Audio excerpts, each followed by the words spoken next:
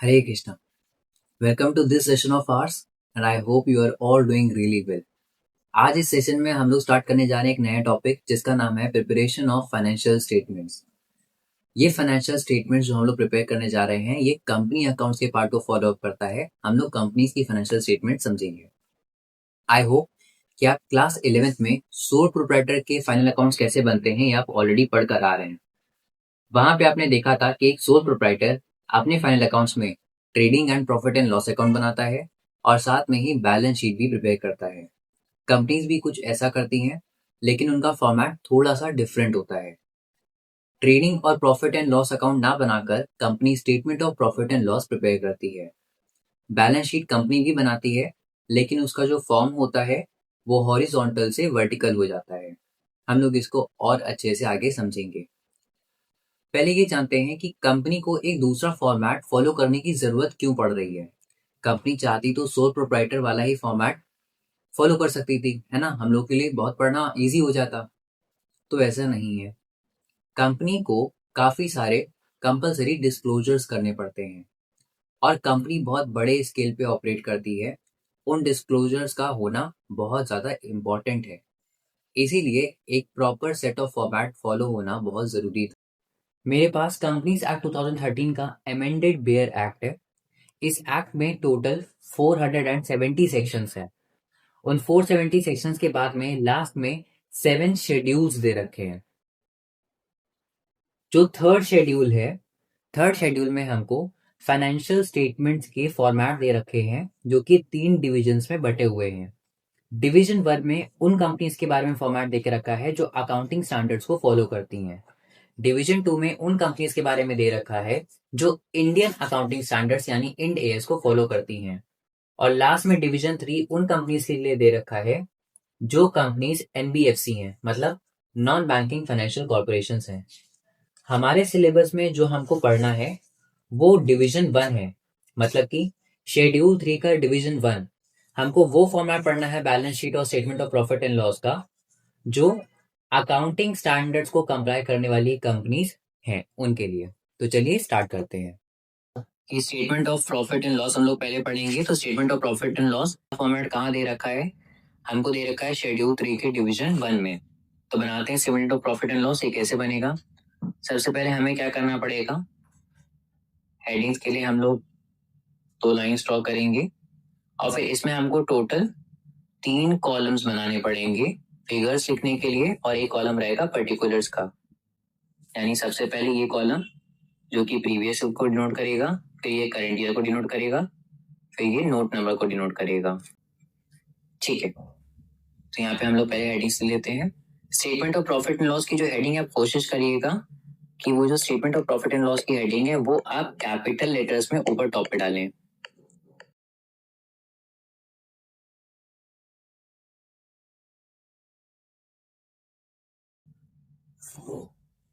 ठीक है, अब हम लोग स्टार्ट करते हैं। सबसे पहले हमारा इसमें क्या आएगा? सबसे पहले हम लिखेंगे यहाँ पे पर्टिकुलर्स।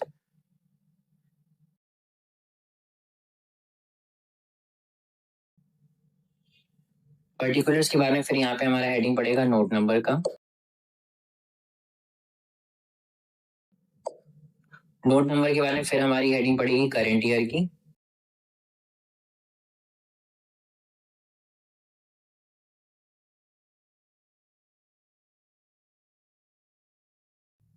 और करेंट ईयर के बारे में फिर लास्ट में हेडिंग पड़ेगी प्रीवियस ईयर की।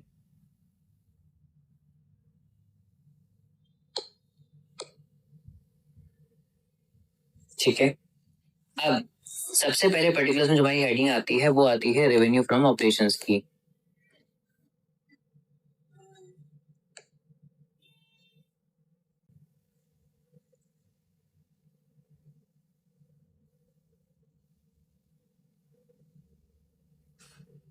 देखते हैं रेवेन्यू फ्रॉम ऑपरेशंस में क्या चीजें आएंगी। जो रेवेन्यू फ्रॉम ऑपरेशन है उसके अंदर क्या आता है? हमारा जो भी मेन काम होगा, तो रेवेन्यू फ्रॉम ऑपरेशन में लिखा जाता है मुख्य धंधे की कमाई, जो भी आपका मेन बिजनेस एक्टिविटी होगा उसका पैसा। जैसे कि मान लेते हैं फिजिक्स वाला है तो उनका मेन काम क्या है? सर्विसेज प्रोवाइड करना, बच्चों को पढ़ाना, एजुकेशन प्रोवाइड करना। लेकिन उसके अलावा भी वो लोग क्या करते हैं कि स्कूल बैग, लैपटॉप और बुक्स प्रोवाइड करते हैं। तो ये सब चीजें उनका मेन बिजनेस एक्टिविटी नहीं है। उनका मेन काम तो एजुकेशन का है, उसके बियॉन्ड वो जो चीजें प्रोवाइड कर रहे हैं वो उनकी अदर इनकम का पार्ट है।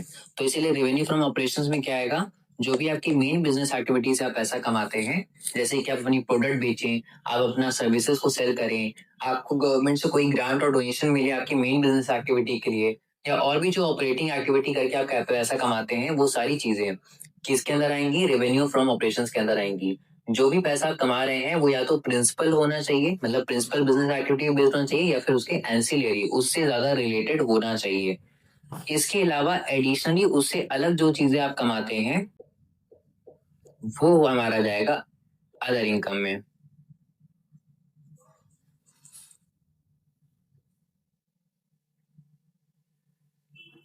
ठीक है, तो रेवेन्यू फ्रॉम ऑपरेशंस की भी हम दोनों साल की फिगर यहाँ पे हम शो करेंगे और अदर इनकम की भी हम यहाँ पे शो करेंगे। इन दोनों को शो करने के बाद में फिर हम क्या करेंगे, दोनों को ही ऐड कर देंगे और फिर इसको कहा जाएगा टोटल इनकम।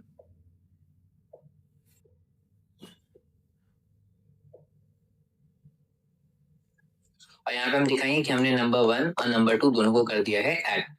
ठीक है, तो टोटल इनकम और टोटल इनकम के यहाँ पे हम क्या करेंगे, इसको हम बैलेंस कर देंगे और इन दोनों को ऐड करने पे जो भी फिगर आ रही है वो हम यहाँ पे मेंशन कर देंगे। आई होप यहाँ तक कोई भी आपको दिक्कत नहीं है। अदर इनकम में क्या क्या चीजें आ सकती हैं, जैसे कि आपने कोई इंटरेस्ट अर्न कर लिया, कंपनी ने कोई डिविडेंड अर्न कर लिया, कोई उसने ओल्ड मशीनरी सेल करी, कोई स्क्रैप सेल करा, उस पर उसको कुछ पैसा मिल गया, कोई ट्रांसफर फीस मिल गई कंपनी को। ट्रांसफर फीस क्या होती है, जब भी कोई कंपनी का शेयर होल्डर जो है अपने शेयर्स किसी और के नेम पे रजिस्टर कराता है तो कंपनी उससे जो है उसके लिए चार्ज करती है, ट्रांसफर करवाने के लिए कुछ चार्जेस लेती है, वो चार्जेस कंपनी के लिए एक तरह की इनकम होती है। अच्छा, अब इसके बाद में फिर हमारा क्या स्टार्ट होगा, हमारे एक्सपेंसेस के हेड स्टार्ट होंगे। तो हमारा जो 4th नंबर होता है वो होता है हमारा एक्सपेंसेस का। अब एक्सपेंसेस के लिए आपको लिस्ट याद रखनी पड़ेगी। एक्सपेंसेस की आपको लिस्ट याद करनी पड़ेगी। सबसे पहले एक्सपेंसेस में लिखा जाता है कॉस्ट ऑफ मटेरियल कंज्यूम्ड। ठीक है, और दोनों की फिगर यहाँ पे हम लोग दोनों ईयर्स में दिखा देंगे। कॉस्ट ऑफ मटेरियल कंज्यूम क्या होता है, जब हम कॉस्ट ऑफ मटेरियल कंज्यूम की बात करते हैं बेटा, तो हम लोग बात कर रहे हैं रॉ मटेरियल की। हम लोग सिर्फ और सिर्फ रॉ मटेरियल की बात कर रहे हैं। रॉ मटेरियल क्या होता है, इसके ऊपर भी हम लोग जरा डिस्कशन कर लेते हैं।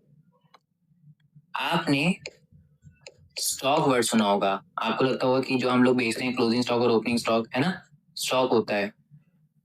और आपने एक वर्ड सुन रखा होगा इन्वेंट्रीज। बहुत से लोगों को मिसकंसेप्शन होता है कि ये स्टॉक और ये जो इन्वेंट्री है they are same thing, but they are not. तो देखते हैं, जो हमारी इन्वेंट्रीज होती हैं वो 4 पार्ट की होती हैं, यानी जो हमारा मेन हेड है, हमारा मेन हेड है इन्वेंट्री।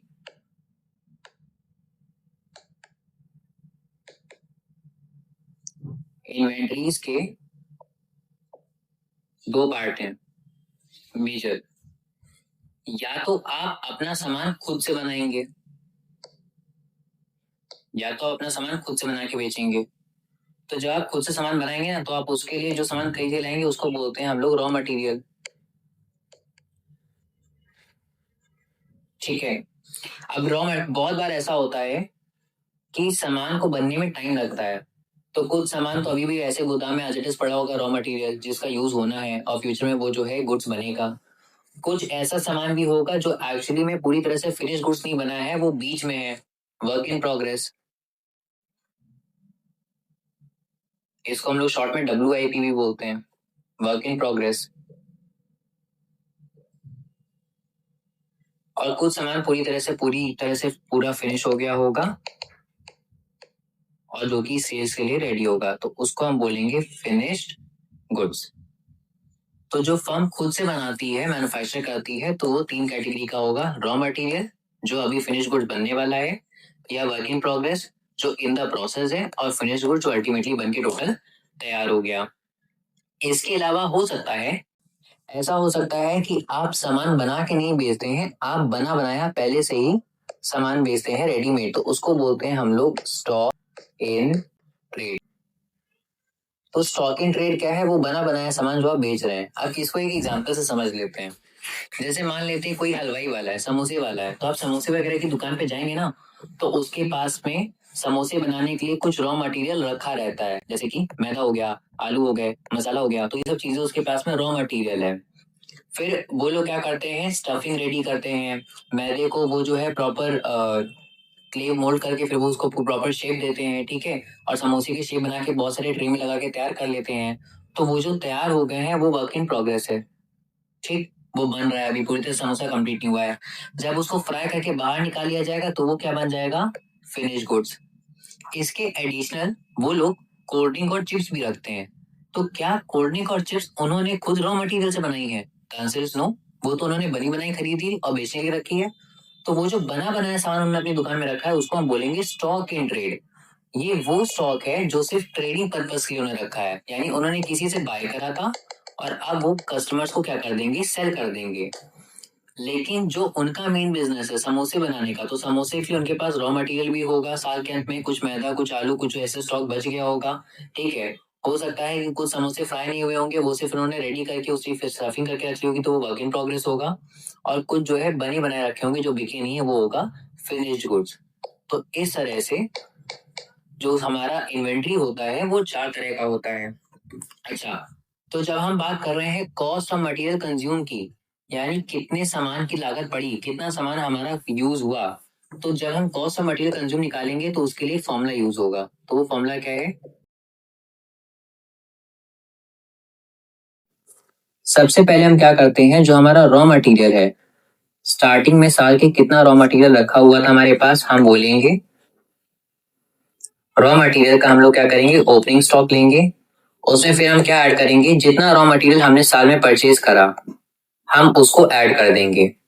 फिर उससे हम क्या करेंगे, रॉ मटेरियल का जो क्लोजिंग स्टॉक होगा वो हम लेस कर देंगे। तो इससे हमें क्या पता चलेगा, इससे हमें हमारा कॉस्ट ऑफ मटेरियल कंज्यूम मिल जाएगा। ऐसे समझो जैसे कि साल के स्टार्टिंग में मेरे पास में 10 kg बीट था, मैं उसे कुछ प्रोसेस करने वाला था और मैंने साल में 20 kg और खरीदा। और जब बिजनेस बंद कर रहा था, मतलब मैं ईयर एंड कर रहा था, तब क्लोजिंग स्टॉक मेरे पास 5 kg का बचा। तो सर आपने इसका मतलब 25 kg यूज कर लिया, ठीक है। ऐसे पता चला आपको 10 kg स्टार्टिंग में था, 25 kg 20 kg आपने और खरीदा, तो 10 + 20 30 kg आपके पास स्टॉक होना चाहिए था। लेकिन आपके पास सिर्फ 5 kg बचा हुआ है, यानी 25 kg आपने यूज कर लिया होगा, वो वर्क इन प्रोग्रेस में चला गया होगा या फिर वो फिनिश गुड्स में लग गया होगा। तो ये होता है कॉस्ट ऑफ मटेरियल कंज्यूम निकालने का फॉर्मूला, ठीक है। वैसे एक और चीज आपको याद रखनी है, बहुत ही लॉजिकल सी चीज है, कि जो परचेजेस होती हैं, हम सिर्फ रॉ मटेरियल खरीद सकते हैं या फिर हम स्टॉक इन ट्रेड खरीद सकते हैं। कभी भी आप ट्रायल बैलेंस देखेंगे ना, आपको परचेजेस सिर्फ और सिर्फ इन्हीं दोनों की दिखेगी। आप खुद से सोचो, एक हलवाई कच्चा सामान खरीद सकता है या बना बनाया सामान खरीद सकता है? आधे कच्चे उसकी दुकान के बने हुए समोसे वो कहीं और से खरीद के ला सकता है? नहीं। या जो चीजें उसी क्या बनती हैं, जो गुड्स और सर्विसेज उसकी स्पेशलिटी है, जो वो खुद बनाता है, वो कहीं और से एज इट इज उसको मिल सकती हैं? नहीं। यानी आप रॉ मटेरियल परचेज कर सकते हैं या फिर आप स्टॉक इन ट्रेड परचेज कर सकते हैं। आप वर्क इन प्रोग्रेस और फिनिश गुड्स को परचेज नहीं कर सकते, ठीक है। ये आपको खुद से ही बनाने पड़ेंगे। तो ओपनिंग और क्लोजिंग स्टॉक तो आपको चारों तरह की इन्वेंट्री का मिल जाएगा। रॉ मटेरियल का भी ओपनिंग होगा, वर्क इन प्रोग्रेस का भी ओपनिंग होगा, फिनिश गुड्स का भी ओपनिंग होगा, स्टॉक इन ट्रेड का भी ओपनिंग होगा। साल के अंत में कुछ रॉ मटेरियल भी बचा होगा, क्लोजिंग स्टॉक इसका मिलेगा, वर्क इन प्रोग्रेस भी बचा होगा, फिनिश गुड भी बचा होगा, स्टॉक इन ट्रेड बचा होगा। लेकिन अगर हम परचेजेस की बात करेंगे तो परचेजेस सिर्फ हमको मिलेगी रॉ मटेरियल की, और हमें किसकी मिलेगी? स्टॉक इन ट्रेड की। हमेशा याद रखिएगा कि वर्क इन प्रोग्रेस की और फिनिश गुड्स की परचेजेस नहीं होती हैं, नहीं कर सकते हम परचेज। तो कॉस्ट ऑफ मटेरियल कंज्यूम, आपको आई होप आपको समझ में आ गया। मैं यहाँ पे बहुत शॉर्ट में लिख दे रहा कि हम लोग रॉ मटेरियल लेंगे। रॉ मटेरियल को हम कैसे लेंगे? रॉ मटेरियल का हम ओपनिंग लेंगे, प्लस उसमें हम परचेजेस को ऐड कर देंगे, और उसमें से हम क्या कर देंगे? क्लोजिंग स्टॉक को माइनस कर देंगे। तो उससे हमें क्या मिल जाएगा? Cost of material consume. अब कॉस्ट ऑफ मटेरियल कंज्यूम के बाद में फिर हमारी नेक्स्ट हेडिंग क्या आती है? Purchase of stock in trade, यानी आपने बना बनाया सामान कितना खरीदा।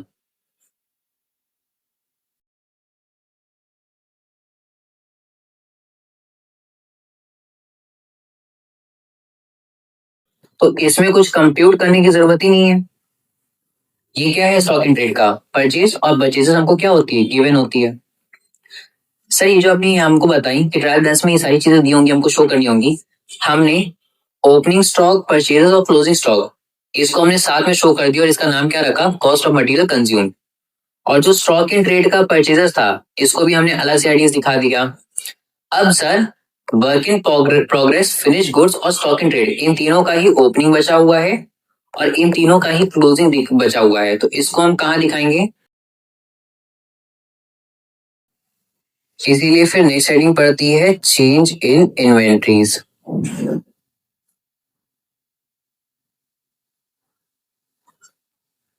अब चेंज इन इन्वेंट्रीज में हम प्रॉपर 3 कैटेगरीज दिखाएंगे। स्टॉक इन ट्रेड का यहाँ पे फिगर दिखा देंगे, फिर चेंज इन इन्वेंट्रीज के हम प्रॉपर 3 चीजें दिखाएंगे।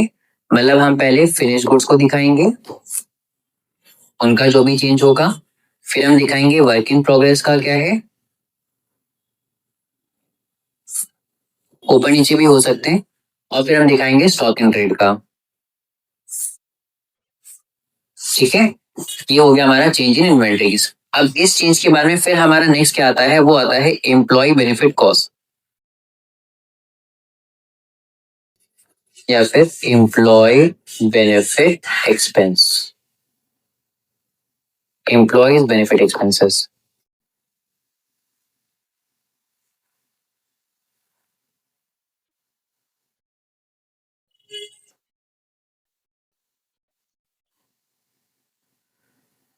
ठीक है, एम्प्लॉयज बेनिफिट एक्सपेंसेस में क्या क्या चीजें आएंगी, आप सैलरी देते हैं, वेजेस देते हैं, ठीक है, एम्प्लॉय के रिटायरमेंट के बेनिफिट के लिए आपने कुछ एक्सपेंसेस इनकर करे हैं, या फिर आपने जो भी एम्प्लॉय के बेनिफिट के लिए चीजें करी होंगी वो सारी यहाँ पे कवर की जाती हैं। फिर हम दिखाते हैं यहाँ पे फाइनेंस कॉस्ट।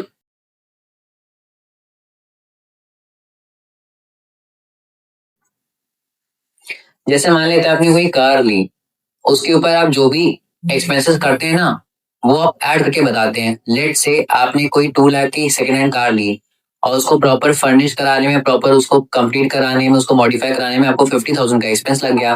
तो आपसे कोई पूछेगा ये कार कितनी की पड़ी, तो आप क्या बताओगे, 2,50,000 की, यानी वो 50,000 आप उसकी कॉस्ट में ऐड कर रहे हो।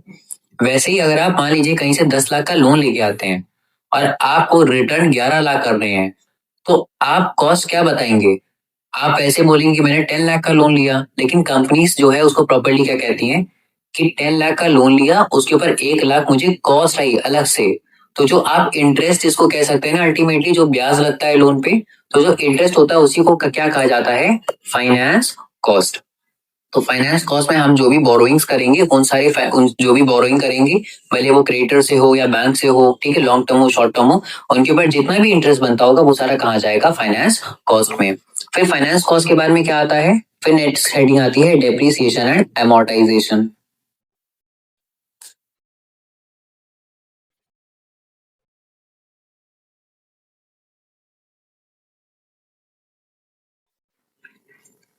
अब डेप्रिसिएशन एंड एमोर्टाइजेशन के बारे में आपको ये पता होना चाहिए कि दोनों ही जो है reduction in the value of asset है।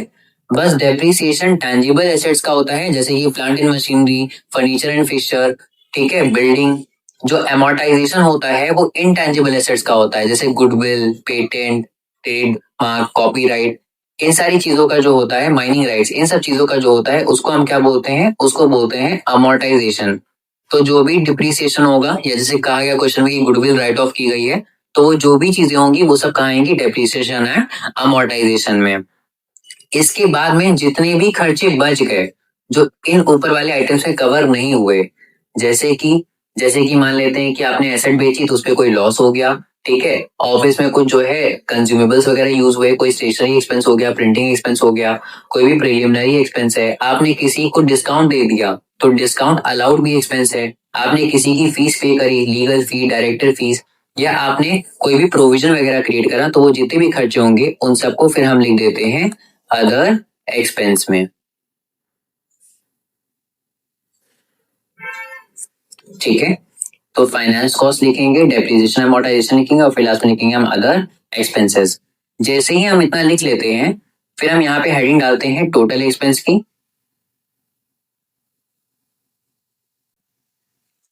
और ये जितनी भी एक्सपेंसेस थे, मतलब कॉस्ट ऑफ मटेरियल कंज्यूम से लेकर के ये पूरे अदर एक्सपेंस तक जितनी भी एक्सपेंसेस थे, इन सारे एक्सपेंसेस का हम क्या करेंगे, यहाँ पे टोटल करके लिख देंगे। ठीक है, अब हमने अपनी सारी इनकम भी बता दी है और हमने अपने सारे एक्सपेंसेस भी बता दिए हैं। अब हमको निकालना है प्रॉफिट। जब हम सारी इनकम से सारे एक्सपेंसेस को लेस करते हैं ना, जो प्रॉफिट हमको मिलता है उस प्रॉफिट को हम बोलते हैं profit before exceptional and extra ordinary items. उनसे फिर वो एक्सेप्शनल और एक्स्ट्रा ऑर्डिनरी आइटम्स यानी एबनॉर्मल लॉस जैसी चीजें लेस करी जाती हैं, तब हमको मिलता है प्रॉफिट बिफोर टैक्स। बट आपके करिकुलम में एक्स्ट्रा ऑर्डिनरी और एक्सेप्शनल आइटम्स नहीं है, तो इसका मतलब कि हमको सीधा प्रॉफिट बिफोर टैक्स मिल जाएगा, जो कि हमारा हेडिंग नंबर 5 होगा, प्रॉफिट बिफोर टैक्स। हेडिंग 4 क्या था, एक्सपेंसेस। हेडिंग यहाँ पे हेडिंग क्यों नहीं डाली मैंने यहाँ पे इस जगह पे, क्योंकि यहाँ पे ये ऑलरेडी जो है 4th एक्सपेंसेस के अंदर का ही सब चल रहा था। मेन हेड हमारा 3rd था, टोटल इनकम, और फिर था हमारा main head number 4 total expense. ठीक है, 3rd हेडिंग की वैल्यू यहाँ पे आई है और 4th हेडिंग की टोटल वैल्यू यहाँ पर आई है। इन दोनों का जब हम डिफरेंस निकालेंगे, हम इनकम में से जब हम लेस कर देंगे तो हमको क्या मिलेगा, प्रॉफिट बिफोर टैक्स। यहाँ पे बता देंगे कि हमने 3rd इनकम वाले से, टोटल इनकम से हमने 4 टोटल एक्सपेंसेस को कर दिया है लेस। फिर हमारा 6th आइटम क्या होना चाहिए, हम ये क्या है, प्रॉफिट बिफोर टैक्स, यानी टैक्स अभी नहीं कटा है तो टैक्स कट कर देंगे। तो यहाँ पे अब आएगा हमारा टैक्स एक्सपेंस।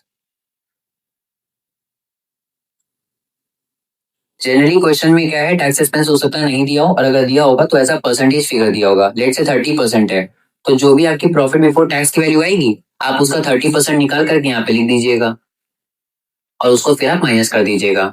तो जब आप इसको कर देंगे तो फिर आपको फाइनली अब आपको क्या मिलेगा, आपको मिलेगा प्रॉफिट आफ्टर टैक्स। और यही हमारा मेन नेट प्रॉफिट है, जिसके लिए हमने statement of profit and loss बनाया है। अब ये प्रॉफिट एंड आफ्टर टैक्स कैसे आया, तो हमने क्या करा है, जो प्रॉफिट बिफोर टैक्स था यानी नंबर 5, उससे हमने नंबर 6 टैक्स एक्सपेंसेस को लेस कर दिया है। ठीक है, और यहाँ पे हम फाइनल अपनी फिगर लिख देंगे जो भी आ रही है दोनों ईयर्स की, और ये हमारा स्टेटमेंट क्लोज हो जाएगा। आई होप आपको ये फॉर्मेट समझ में आया। आपको ये फॉर्मेट जो है वो लर्न करना पड़ेगा। ठीक है, क्या क्या चीजें इस फॉर्मेट में, सबसे पहले हमने लिखा था रेवेन्यू फ्रॉम ऑपरेशंस, उसके अंदर आती है मेन जो भी बिजनेस एक्टिविटी है या जो भी प्रिंसिपल बिजनेस के साथ एंसिलरी बिजनेस होगा उसे जो भी रेवेन्यू जनरेट होता है वो। फिर हमारा क्या आया था, अदर इनकम। अदर इनकम में क्या क्या चीजें आएंगी, इंटरेस्ट की इनकम, डिविडेंड की इनकम, जो भी आपने डिस्काउंट रिसीव करा है या कोई आपने मशीनरी सेल करी उसका स्क्रैप सेल करने पे आपको जो भी गेन हुआ वो। फिर आता है हमारा दोनों को ऐड करने पे टोटल इनकम। टोटल इनकम के बारे में फिर हम हेडिंग डालते हैं एक्सपेंसेस की। एक्सपेंसेस में हम क्या लिखेंगे, कॉस्ट ऑफ मटेरियल कंज्यूम, कितना सामान हमने, कितने सामान की खपत हुई है यानी कितना यूज हुआ बिजनेस में, तो वो रॉ मटेरियल की बात कर रहा है तो उसका ओपनिंग लेंगे, परचेजेस को ऐड करेंगे और क्लोजिंग स्टॉक को सब्ट्रैक्ट कर देंगे।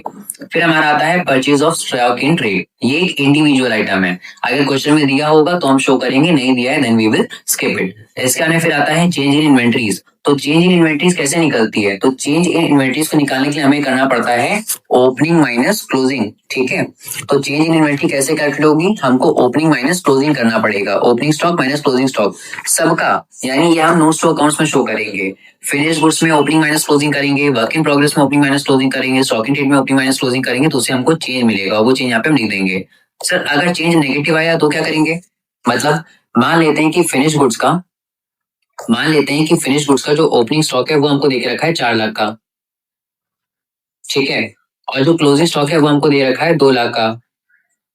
तो जब हम ओपनिंग, सॉरी इसको 12 लाख का लेते हैं, जब हम लोग ओपनिंग माइनस क्लोजिंग करेंगे, ओपनिंग माइनस क्लोजिंग, तो 4 माइनस 12, सर इसकी वैल्यू तो माइनस के 8 लाख आ जाएगी। तो यहाँ पे क्या फिगर नेगेटिव दिखाएंगे, हाँ यहाँ पे ब्रैकेट में फिर नेगेटिव फिगर दिखाएंगे, यानी हम लोग आंसर सिर्फ डिफरेंस नहीं लिखना है, डिफरेंस को ओपनिंग में से क्लोजिंग को लेस करके लिखना है। अगर नेगेटिव आएगा तो आप नेगेटिव दिखाएंगे, अगर पॉजिटिव आएगा तो आप पॉजिटिव दिखाएंगे। हमको क्या मेंशन करना है, यहाँ पे हमको ओपनिंग लेना है सबका, और ओपनिंग में से हमें क्या करना है, क्लोजिंग वैल्यू को लेस कर देना है, ओपनिंग माइनस क्लोजिंग। ठीक है। अब इसके बाद फिर आता है एम्प्लॉयज बेनिफिट एक्सपेंस। तो एम्प्लॉय बेनिफिट एक्सपेंस में क्या क्या चीजें आ जाएंगी? आपने सैलरी दी, वेजेस दिए, उनका ना एक प्रोविडेंट फंड होता है, उसमें भी जो एम्प्लॉयर होते हैं, जो कंपनी होती है, वो कुछ कंट्रीब्यूशन देती है, या फिर कुछ स्टाफ के वेलफेयर के लिए जो भी खर्चा आपने करा होगा, वो सारी चीजें उसके अंदर आएंगी। एक बात आपको याद रखनी है कि अगर कोई डायरेक्टर को हमने सैलरी या फीस दी है, तो वो जो एक्सपेंस होगा वो एम्प्लॉय बेनिफिट कॉस्ट में नहीं आएगा, क्योंकि जो कंपनी के डायरेक्टर्स होते हैं वो कंपनी के एम्प्लॉय नहीं होते हैं। यहाँ पे सिर्फ एम्प्लॉय के वेलफेयर के लिए करा गया खर्च इंक्लूड किया जाएगा। फिर आता है डेप्रिसिएशन एंड अमोर्टाइजेशन। डेप्रिसिएशन जो होता है वो टेंजिबल एसेट पे लगता है, जैसे PPE, property plant and equipment, और जो अमोर्टाइजेशन होता है वो होता है इनटेंजिबल एसेट्स का। फिर आता है हमारा अदर एक्सपेंस। अदर एक्सपेंस में क्या आएगा? जो भी खर्चे यहाँ पे इंक्लूड नहीं हो पाए, वो सारे के सारे एक्सपेंसेस कहाँ चले जाएंगे? अदर एक्सपेंस में। आपने इनकम के टोटल में से एक्सपेंसेस के टोटल को लेस कर देंगे तो हमें मिलेगा प्रॉफिट बिफोर टैक्स, और फिर उससे अगर हम टैक्स एक्सपेंस भी लेस कर देंगे तो हमें मिलेगा प्रॉफिट आफ्टर टैक्स।